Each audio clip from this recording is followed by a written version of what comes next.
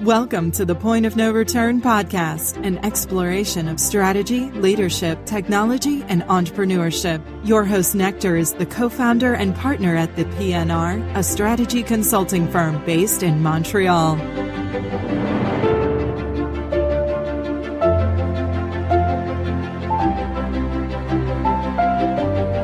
Bonjour tout le monde. Welcome to the Point of No Return podcast, a show where we interview CEOs, presidents, and industry leaders to understand how they think about strategy. On today's show, I had the pleasure of speaking with Sylvain Carle, partner at Real Ventures. Sylvain and I have been going back and forth. I've been bugging him for a long time to try and get him to be on the show. So I was super happy that he found time out of his busy schedule. He is one of the most well-known technology personalities in Montreal. He spent the last 2 decades living and breathing emerging technologies. Even though he didn't study computer science, Sylvain has been tinkering for computers for years and spent most of his career as a startup entrepreneur, really at the intersection of media, technology, and networks. And we spoke a lot about his self-learning, how that works. He's a self-proclaimed learned socialist and pragmatist, and he believes that technology is a means to change the world and loves to invest in ideas, people that transform industries. We had an interesting conversation where we spoke about, of course, music, how he learns to learn. Sylvain also didn't really follow a conventional career path. So he gave some pretty good practical advice if you don't want to go down the conventional job route. Some of the biggest mistakes that he learned along the way in terms of launching startups, his job at Real Ventures right now as an investor, and some of the principles that he's been able to see. We spoke a little bit about Twitter and his role at Twitter in the early days. We spoke about Real Ventures Orbit Funds and Front Row Ventures, and some interesting concepts like conscious leadership and impact investing. I was super happy coming out of this interview. I learned a ton, and I hope that you do as well. So Sylvain, I think a question I've always wanted to ask, we've never spoken about this, but what is your favorite heavy metal band? All right, that's a good one. I'm actually... I love music. Some people ask me, like, are you a guitarist or something? I'm not. I'm totally awful. I couldn't play 3 notes. And I'm kind of old school, right? So I have like 3 periods. So Led Zeppelin fan, old school Led Zeppelin, bluesy rock, beginning of metal, I guess. Then, because I was born in the 70s, early 70s, big Nirvana moment, like 18-year-old, Smell Like Teen Spirit. That's the song of me turning 18. But as of late, I'm now in my 40s. Favorite band for me is a local Montreal band called Godspeed. Godspeed, You Black Emperor. Are you going to see them? I'm going to see them pretty soon. I'm actually going to that show. I forget which date it is. It's in November. I saw them in San Francisco when I was living there. That's so funny. And I've been a fan. My wife's a movie director, and she did a documentary on the indie scene in Montreal called From Montréal. And actually it was, for me, these guys were an inspiration for the startup scene. They had a band. They were successful outside of Montreal. And then they came back and said, let's open a place for people to play. Let's open a studio. Should we have a record label? And sort of like bootstrapping and building in your own ecosystem from your success and from what you've been able to achieve elsewhere. So both in terms of being a fan of their music, but also it's sort of like a myth. These guys are not facing the camera full spotlights. There's a sort of like an aura of mystery around this band, but super generous people in their local community. So yeah, that's pretty good. Yeah, the podcast is not about music. We could probably talk about music for a while, but yeah, I do want to just touch upon one point you brought up, the whole aura and mystique of music. I find that's slightly been lost with, obviously with social media, etc. Yeah. Which has been great in terms of exposure, but at the same time, it's like, back in the day when you didn't know what Axl Rose is doing, like every single day, you're like, there was this certain aura and myth around musicians, which I find part of that, I think, can be applicable to business sometimes. Just being able to hey, oversharing is not always great. Yeah, and I think it's this has been there. There's the established people and there's the up and comers actually, and we could share the link. But there's a great mashup on the beginning of Led Zeppelin, and they're interviewed by BBC, and they say no one wants to know what Paul McCartney had for breakfast anymore. And I was like, wow, this is probably mid 60s. And it could have been a sentence from 2019 too, right? Yeah. Well, to talk about your career, and you spoke about San Francisco, and like I want to talk about your progression. One thing I think that stood out is that you've always been a self-learner. Mm-hmm. You've taught yourself a lot. Like, when did you know that you weren't going to follow, let's say, a conventional career, like the suit and tie job? Like, was that something you always thought as a young kid, or you just kind of stumbled upon it by project over project? No, this is something I didn't know that from a career perspective, but I knew it from school, right? So I was someone who has always had school wasn't hard for me in terms of learning because I'm curious. So in terms of if I was learning, I was loving it. And if it was taking too long to explain something in class, I was bored. So I'm not diagnosed with ADD, but I'm sure I have some form of that.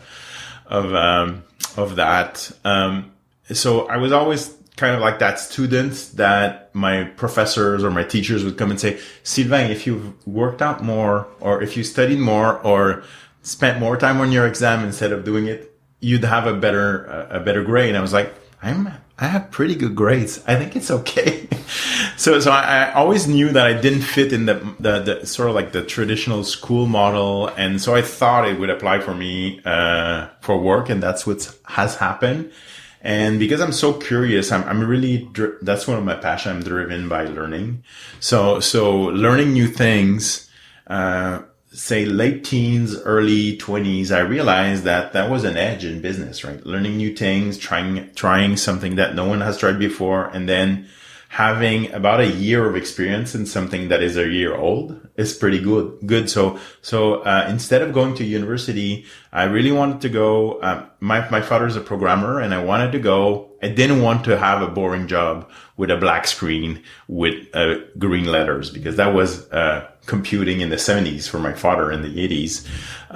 He worked at Teleglobe, which is a big telecom company, and was an analyst, programmer analyst, and then later an architect. So I didn't want a boring job working with numbers, and I always had more of a creative side. And in the like mid 90s, I discovered that you could use computers for music, for art. The Macintosh was a big thing for us, and then started seeing like, okay, so maybe working with computers could be super cool and fun. So let's try to do that. And so I wanted to go to university. That was probably something like 1991, 92. And you can apply, like, this was before there was these kinds of programs for arts and computers. So at UQAM, I remember there's a bunch of professors from UQAM that had left the school to start a new private school called ICARI, which is like Institut de Création Artistique and Recherche en Infographie, fully loaded name. But really what it is, it was a lab where there was like open 24/7. You had access to computers and you could do video editing, 3D, programming, multimedia programming. They had Silicon Graphics machine at the time with Softimage on them. And I was really fascinated with all of this, and that no one really knew about it. All the teachers were working in the industry, and they came and went to teach like one class or two. And it was just a fascinating place to be in the mid 90s, around the sort of like the emergence of what we now call the internet, but it was like pre-network. And I just learned a ton, and I spent all my time in those labs and discovered the internet because on these Unix machines, they had this program called Mosaic, which was the first browser, and you could launch and type those really, really long URL address that you would find in Wired magazines, with a tilde and like a university address, because most of the servers were university servers, and just discover amazing things. So this idea of the never ending story, you read something in a magazine and there's this address. And if you go to this address, you'll have a bunch of links, and you can spend your whole night there, your whole week, your whole month, your whole year.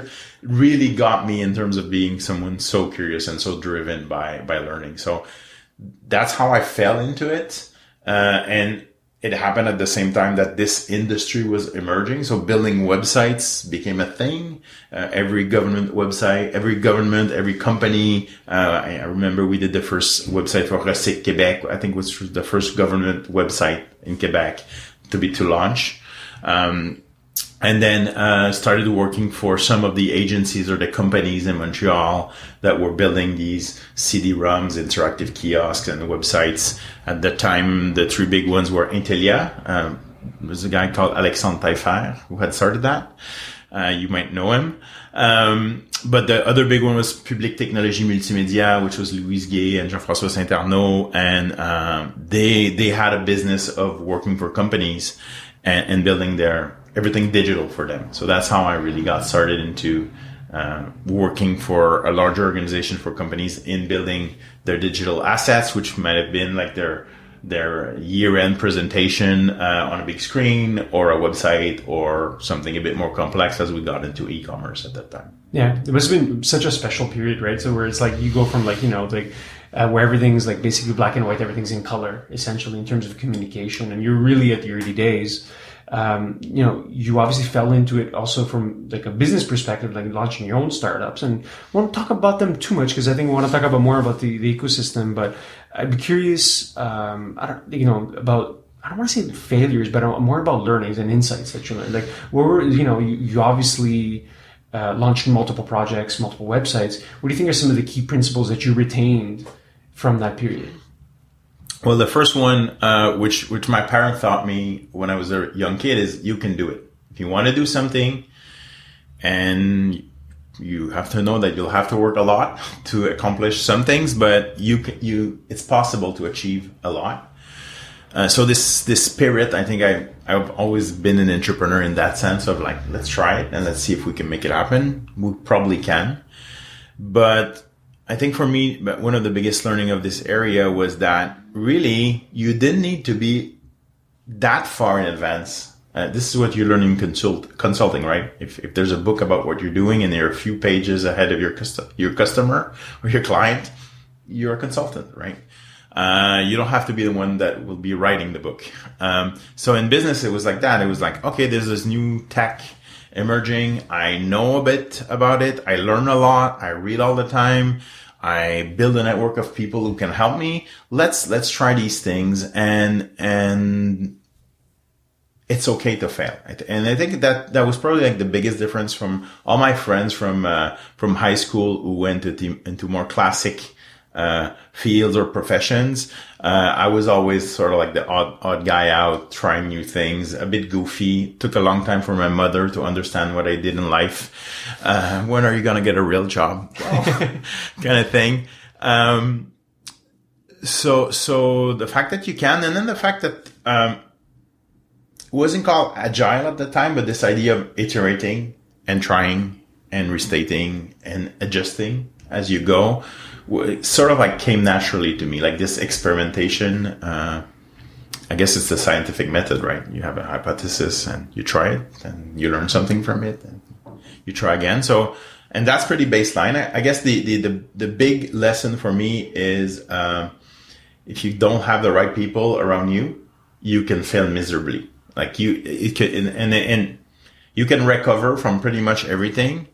But you can, like, there's some bad decisions that, in retrospect, I hope other entrepreneurs, don't take those decisions or don't omit. Sometimes it's often by omission more than on purpose that you make those mistakes. And maybe we can talk about some of those later. I like the people part because it's so important, sometimes so overlooked, right? It's like the critical thing, right? It's like everyone thinks this digital thing, it's all online, but it's people behind it, right? Just like any important trend. I'm curious to, you've been in the space for so long. What do you think about this, the mythologizing of failure today, right? It's kind of seen as a pedestal, which I think is a good thing, but sometimes it could be maybe my perspective overly done in the sense of like, sure, failure is great, but also success is maybe a little bit better. So curious as to how you approach the concept of failure, because you're always at that cutting edge, always experimenting, always trial and error. Well, the tragedy is failing without learning, right? So for me, that's how I frame it. That's how I look at it. So I still believe that we're in a culture here in Quebec and Montreal, and I think that's a Canadian thing, where failure is still underrated. I think it might be overrated in other cultures, maybe in Silicon Valley, maybe in New York. But this idea that you can fail and recover, and that it's okay that you're not doing the same thing for your whole career. Well, you get a golden watch after 25 years of service. That's the previous generation. That's my parents' generation, right? I'm a Generation X. We've learned that sometimes the hard way. So I'm not comfortable with saying we overhype failure. Maybe because the real truth is the human condition. Humans failing suffer, right? And I think we like to have this like superhero version of failing, but truth is, when you fail, you're miserable, and that's what we don't talk about. That's the part where, and the reason we don't talk about it is that you need some time and you need some distance before you can talk about it. Because when you're in it, you're not talking to anyone about your failures. Yeah, right? Fucking up does not feel good, that's for sure. No, and that's what the thing with, like, it's cool that there's like fuck up nights, but if you're telling your failure while you're in it, this is strong for me. Like, if you can tell you're failing while you're failing, there's things you haven't tried, right? So you should persevere maybe and not call it quit right now. At that very instant, yeah. Yeah, but 3-5 years, like, I have those moments in my life where I know, and now I can tell why I failed. Maybe not at the time. And these are the best lessons, I think. And we don't have so many entrepreneurs in this ecosystem honestly talking about how painful it is to fail, why, or what have they learned, and how can they help others or themselves or others to not fail as badly. Yeah. It's like, what is it? The bad stories make for good, bad experiences make for good stories, right? Like you said, it's important to share those aspects. I'm curious to maybe talk about your time at Twitter and what you learned there. You spent a few years and bigger company. It's not a very big company, but it was interesting because as a startup guy, it was the first time where you get to the tail end of the startup story, and it doesn't end with the IPO, but it's an interesting time that most startup founders don't get to experience. And Twitter was really entrepreneurial. So a bunch of everyone they were hiring were sort of like entrepreneurs or had worked into entrepreneurial context. So it was a great time. It was 2012. When I started interviewing at Twitter, they still hadn't found their business model. There were a few hundred employees, but they were on a cusp of something. Twitter was a big thing, right? I had been working on a startup for several years where we were partners with Twitter. So we were working with the Twitter FireHose data. So I knew the Twitter platform team. I had been to the Twitter HQ a few times. So I was in the Twitter ecosystem, really much. And then when my company failed for lack of good financial structure, just to say it briefly, I reached out to the folks at Twitter and said, like, it'd be cool, like, and I picked like 5 companies. I didn't want to work for Facebook or Google; they were too big. And that was in 2012. I interviewed with Dropbox, Airbnb, Foursquare, Twitter, and I don't remember the 5th one, but there was 5. And it seemed to me like these were the companies that were going to pop or something was going to happen with them. And Twitter was the most advanced, but the company where I felt I could still contribute the most on the platform team, on the API. But it was a bad time. Twitter had fucked up, excuse my French, their API relationship with the developers. So it was like an uphill battle. This is around the time of like TweetDeck and everything, right? Yes. Where they just shut off access. Yes. And that famous like 4 quadrants, like you can do this, but not this, but not this. And the reason became apparent after, is that the Twitter business model was advertising, and they had not envisioned at the time the advertising business model of distributed clients. They didn't have the relationships, the contracts, so they shut down everything. So it was a really difficult time at Twitter from that perspective, but it was a great time because it's after the bust is the best time to build something. It was also, but Twitter as a social platform, Twitter as a media, was booming. So there was a lot to do, and they had found their business model. Like, now it's a public company. We know the numbers, but in 2012, they were probably making like $1 million a day in advertising. So it was working. But people on TechCrunch would say Twitter has no business model. Adam Bain, who was VP of revenue, ex MySpace, I think he came up with a business model in a week, because there was a board meeting the week after, and they really needed to have a business model after 7 years in business. So it was super exciting to be in that company. It was the first real nerd company I had been into, where everything was a mailing list. A lot of ex-Google working there. People had been in the tech industry. And for me, it was really a question. Like, I had tried to crack that network from the outside in, and it didn't work. And I on purpose, when I joined Twitter, I said, in my mind, I had, one day I'll be an ex-Twitter, and that will be worth something. But being at Twitter from 2012 to 2014 was amazing. It IPO'd.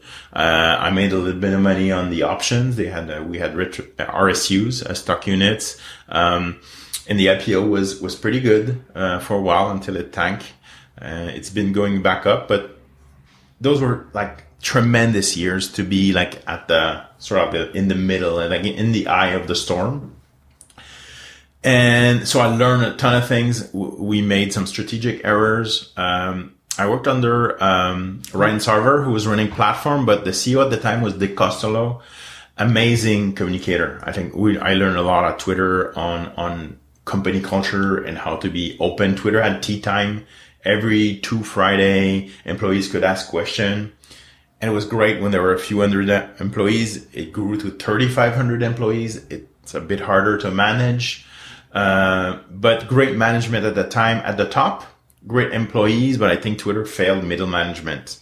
And that's what has, I guess, hampered Twitter. A lot of the things that I believe could change, or we could develop, or we were working on, like there's things that we were working on in 2013 that still haven't shipped and would still be great for Twitter. Yeah. And then, a year after, mass exodus. About 800 to 1,000 employees left Twitter post IPO. So it's a simple calculation. You know what's vested, you know what's public, so you know the cost of leaving, and you know the cost of staying there. And at that time, it had become like a more corporate company. So the entrepreneur in me, like I still love Twitter, the company. I still have friends working there, but most of the people who I met there went working elsewhere. If I had a lot of money to invest at the time, I would have put my money in Slack, because that's where a lot of the smart ex-Twitter people were going. Yeah, as it is often, right? The big tech company IPOs, then they go on to the next one, right? Like more exciting young culture. If you would indulge me with maybe one trend question I would ask you about Twitter would be, is bullish or bearish on Twitter today? I'm still bullish on Twitter, the medium and the platform.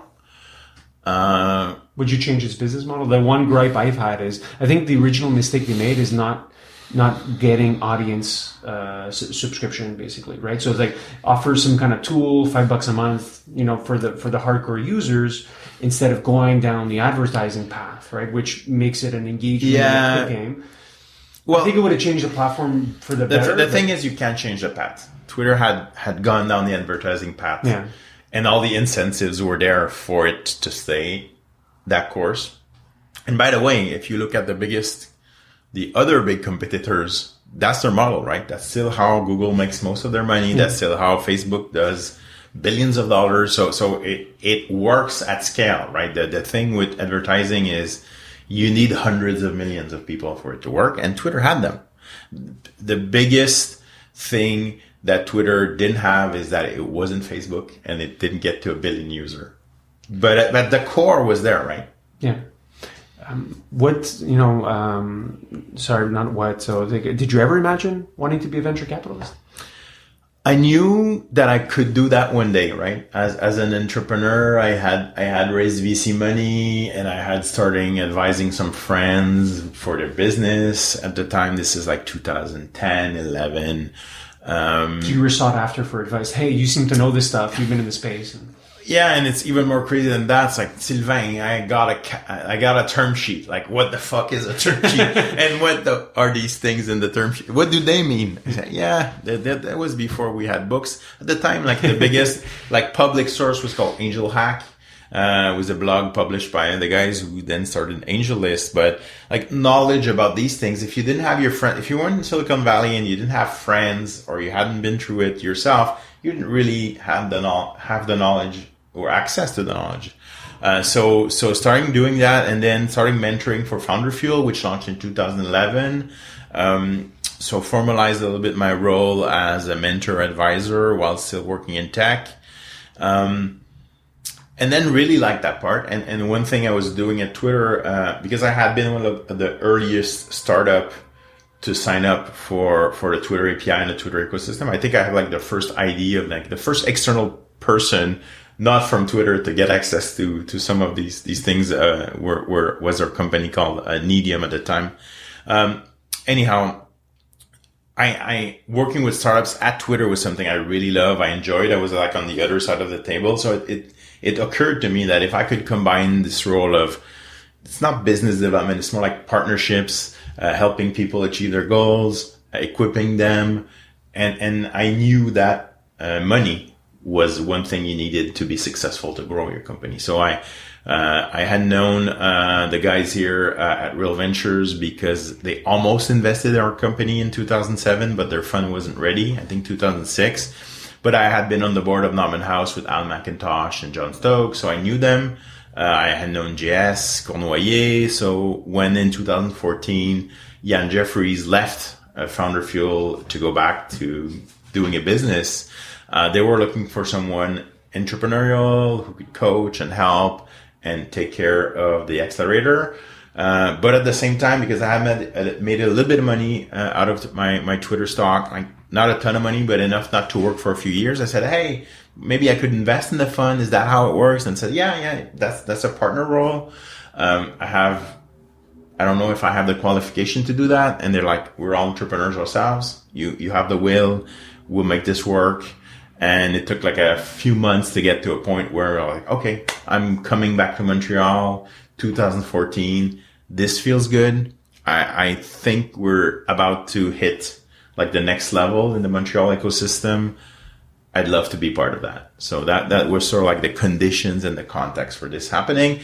And then this happened when I was getting to my 40s. I thought maybe when I'm 50 or later in my career, but the context was just great.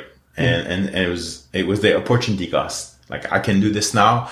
And by the way, I knew the reputation of the guys here and the fund. Like they were stellar. They were one of the only true seed fund investing in Canada. I say Montreal a lot, but in Toronto, companies all over. So I was like, this is a perfect conditions for me to say, as I was saying earlier, let's try it. Hopefully we don't fail too badly. I've been at it for 5 years. So, and at that time, I remember vividly John Stokes telling me he had been doing it for 7 years. Right, Real Ventures really started in 2007, and he said, "I don't know yet if I'm really good because it takes about 10 years to exit your company. So after 5 years, you might get a sense that some companies are going somewhere, but you're not sure yet. This in VC we call this unrealized capital, right? It's in theory, like it's been valued by other investors coming after you, but it still might go to zero and be a write-off and be worth nothing. So I found that exciting, by the way, and I guess that's sort of like we often say entrepreneurs that they're kind of like missing a bolt or they're weird people. I'm weird in that way. I'm super excited by that. But it's also terrifying because the flip side is that you're working with people. And when I was talking about failure, Real Ventures has invested in I think we have like 220 active companies, but probably 300 investments in the last 10 years, which means that every month we have a company failing, like statistically, or every other week I'm on the phone with someone who's really struggling with their business. That stuff. I didn't realize that at first. The other thing that's super tough with that job because I'm Mr. Nice Guy and I like to help someone, is that as a VC, you say no most of the time. So just building this practice of trying to help someone, understanding their business, spending time with them, but then disengaging because you're not going to invest. You talk to 10 entrepreneurs to invest in one, let's say. How do you make sure you have a constructive process to say, we're not investing at this point because X, Y, and Z, and it makes sense, but to do it well takes a lot of time and a lot of finesse, I guess. So that's a hard part of the VC job is navigating those moments where you say no. And I think the first one is when you say no, well, I'm not going to invest in your company. But the one that's even harder is that when you invest in a company and you get to a point where you say, I'm not going to reinvest in your company. I've been supporting you for a year or two. That was the plan. Those were the milestones. We're clearly not there. I don't think this is going to work. Yeah. And entrepreneurs, typically, sometimes they're not admitting that to themselves. And that's a shock. Right. That's tough. That's a tough conversation. Yeah, it's tough. Again, it goes back to people. It's a difficult decision. And I imagine when the default answer is no, like you said, there's often a thinking of like, what can go right? What have you worked on in terms of your skill set to think of, I'm seeing what can go right, for the 1 out of 10 that you do decide, let's say, to invest. So like, how have you honed your decision-making ability? I imagine it's not a checklist, right? But curious as to like, signs or feelings that you get to say, hey, there's something happening here. Yeah, well, actually, there's the first part of the process is at the seed stage or even pre-seed stage, which is our orbit strategy at Real Venture is really like the pre-seed, like around the accelerator, before and after the accelerator, a few hundred Ks of investment and up to $1 million, let's say. The common patterns you see is the team. So often it's an incomplete team, but that's okay at that stage, right? You can't have a complete team when it's been bootstrapped. So what are the skills and what's the awareness of the missing skills? Either because they'll learn them or they'll bring more people on the team. So actually team traction is one of the strongest signals. Getting someone to join your team that complements your team really well is like a key signal for me at this stage. And we're talking about like a 2 to 5 people stage, from your basement to a co-working space possibly, and from and getting around product market fit or before. So often pre-revenue. So people, then deep understanding of your domain, of your industry, of your sector. And this is where I think age matters a lot.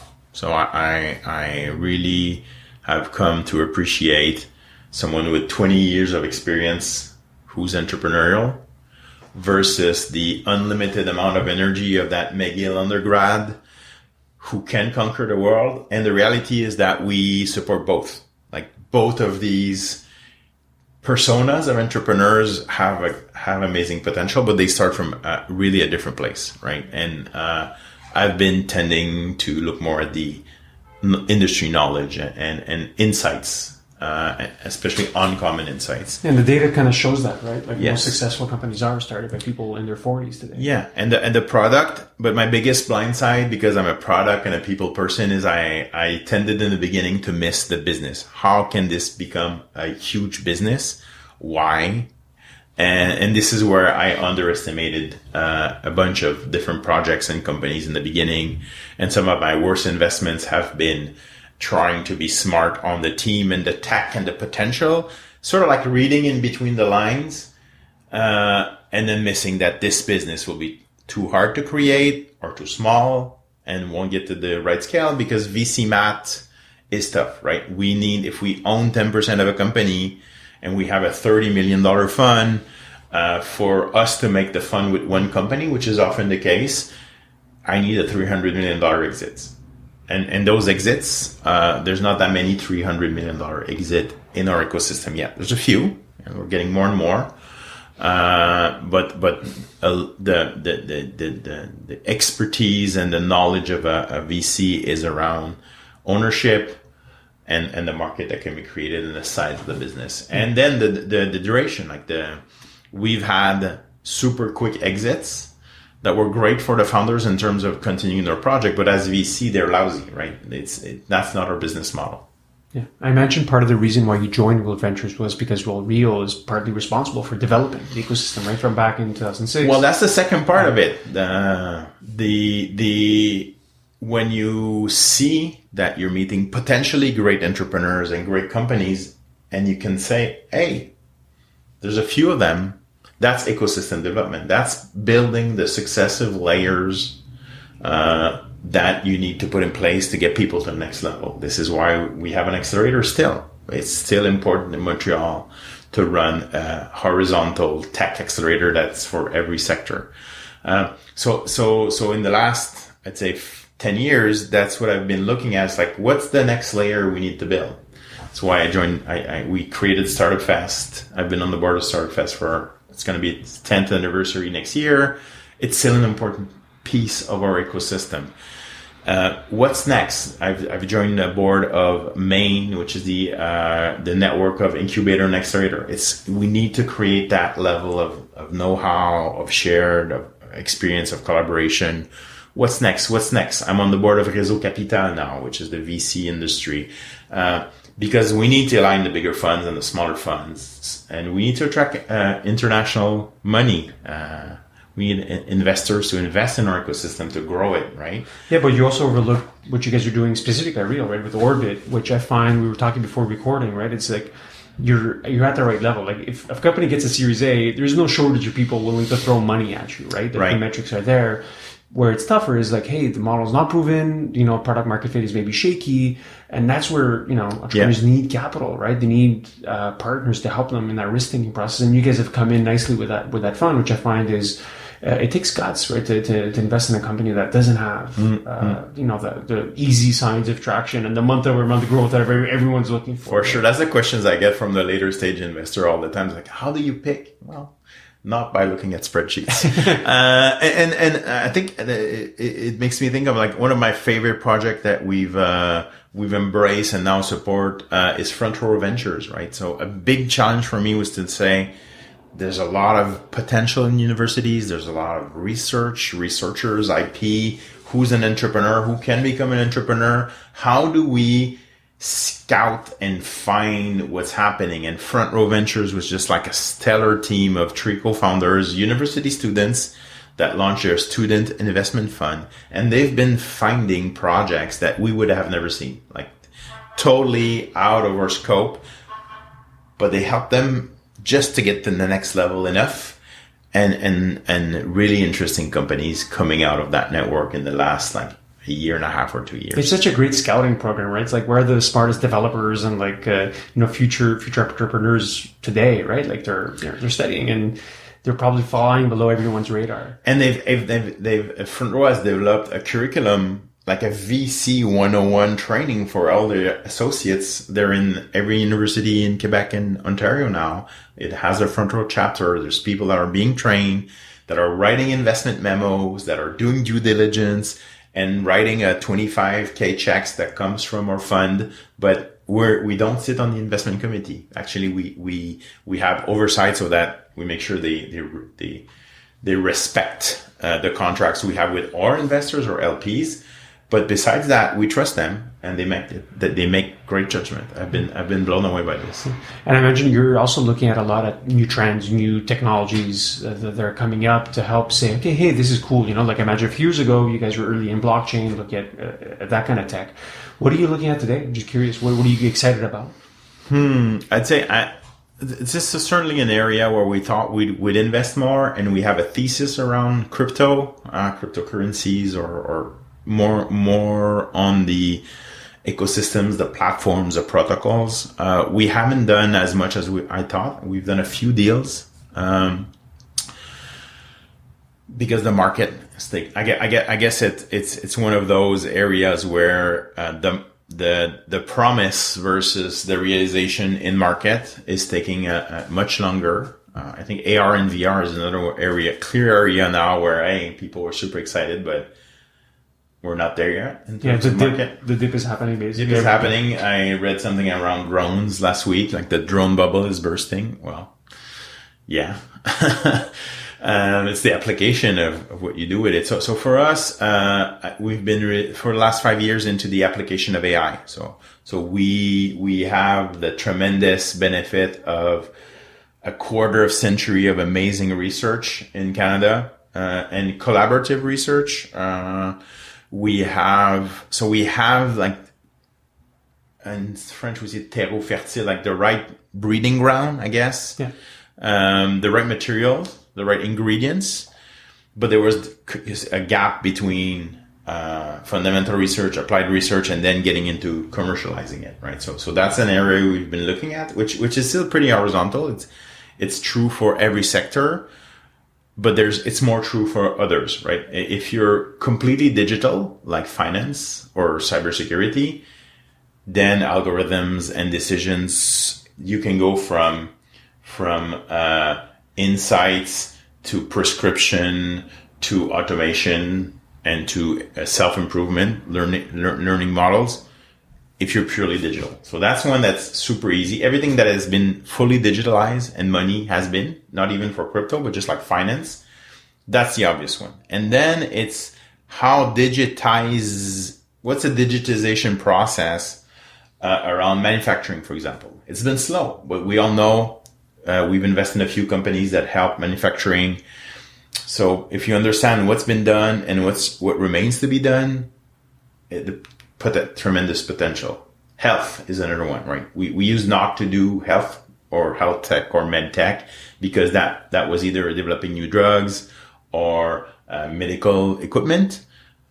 Software for health or wellness is an amazing category. It's one where AI and machine learning models have tremendous potential. So we've done one of my favorite one from a few years ago that just announced their seed round, MIMS, My Intelligent Machine, AI for genomics to help find the biomarkers that you need to develop new treatment and to do personalized medicine. This is amazing. So I guess manufacturing and health are the two ones where we're seeing more.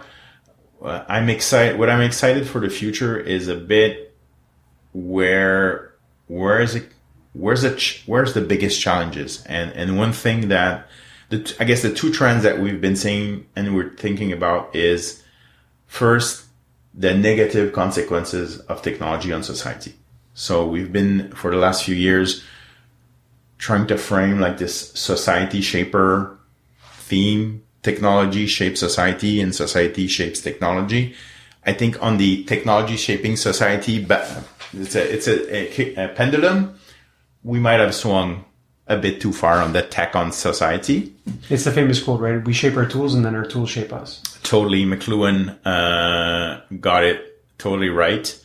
And the medium is the message. Like what does media loves to talk about social media? Think about that for a moment. He was right again.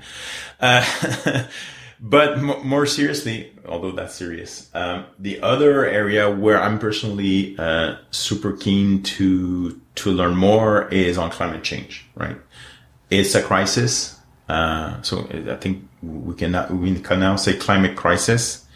Actually, right after this recording, I'm going to Mila for the AI hackathon for climate change.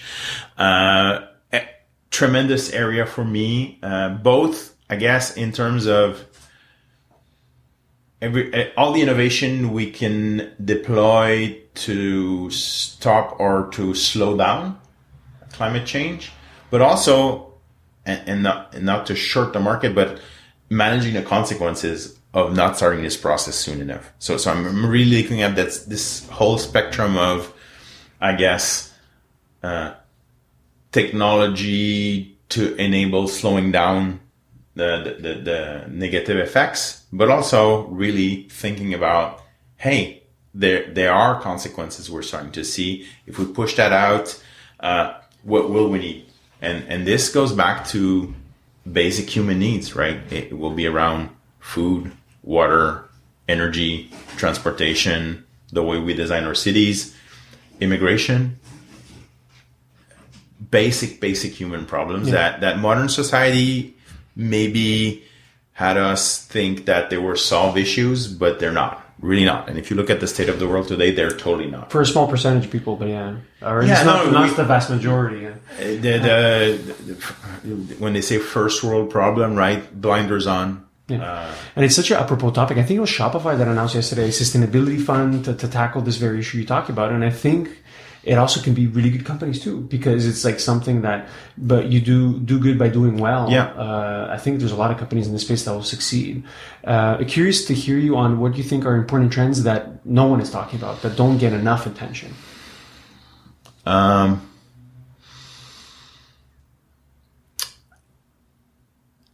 guess it's the taking care, like the business of taking care of people. It's pretty staggering that teachers are not some of the best paid jobs. If you think about it, like what's the most important, if you even like thinking about like asset or resource when you talk about humans, but what's most important? It's other humans. Elder care, nurses, doctors. With the evolution of technology, there's some things that will take care of themselves, but taking care of humans, you need humans.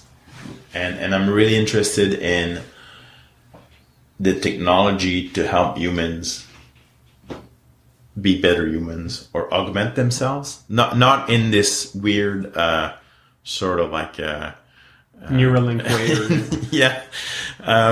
But more in enabling this level of care, so caring, and so that's an area I'm super interested in. It can be like super new age too, right? So I've been myself and most of us at Real Ventures have been on a process to explore conscious leadership. How do we become aware of our own biases or influence and the impact that we can have? But there's a spectrum of more pragmatic stuff, which is more of my wheelhouse. But also, like, if you think about it deeply, some stuff that looks a bit esoteric can make you have a different worldview. So I do believe that we need to evolve how we take the leverage we get from capital, from money, and how we invest that money and what's the consequences, hopefully positive. But let's say it's not hopefully. Let's say we optimize for positive human outcomes, planet outcomes, for a better world. And it's super cheesy at the same time. So sort of like to prevent it from being too cheesy, I guess you need to be working on measuring social impact or environmental impact. So I'm super, I'm in a learning mode about how you measure impact. Techstars today published a report on their impact investing. How do you really structure a process, an investment process, a company development process to have the best impact, but also measure how you're doing? And I think being a geek myself, there has to be an analytic part to this. You have to be able to measure the outcomes and to tweak and to test and to experiment. And sometimes it's a grant and you need a grant and no measure to have people start something that matters, and you don't, and you just let it grow and you let go. But if you want to do this at scale, and I actually learned that when I was in San Francisco, my friend Christine Renaud from E180 was in town for a conference called SOCAP, Social Capital. And she said, "Hey, it's in San Francisco. You're in San Francisco now. Come and meet." And meeting this amazing entrepreneur building solar infrastructure in the Sahara. And she said, if we're not sustainable, we'll spend a lot of cash on infrastructure, and then we won't be able to operate, and there won't be any energy distribution. So if you don't build the outcomes in your model, your financial model, your impact model, you'll not get to the end of your project, and the results will not be there, right? So this blend of how do you understand money as a means towards an end, but what's the framework, the structure, the measurement you put in place for maximum impact? Yeah, I don't think it's usually at all. It's like using an engineering mindset, right? How do you deconstruct it? How do you measure it? And I think it's probably a subject we could talk about for hours, but I want to be respect for your time. Maybe Sure. a good place to finish conversation, I think, on a good note. Maybe a final question for you, Sylvain, was where can people find out more about the work that you're doing, or if you want to get in touch? Yeah, I'm pretty easy to find online. I'm at Frog in the Valley on Twitter. That's my nickname I got from my years in California. And the name of my blog. I'm also at Sylvains in French. So I tweet in like English and French. So that's I guess that's my main outpost. But if you want to meet me in real life, I'm at Norman House, always in a small cafe. I'm really trying to. I hate being too busy, so I'm really trying to, in this idea of being more conscious, trying to find some time still for serendipity and for meeting people and for discovering and for sharing. That's amazing. Well, thank you so much for sharing today. It's been a pleasure. Merci. Thank you for listening to the Point of No Return podcast. Don't miss an episode by subscribing on iTunes or Google Play.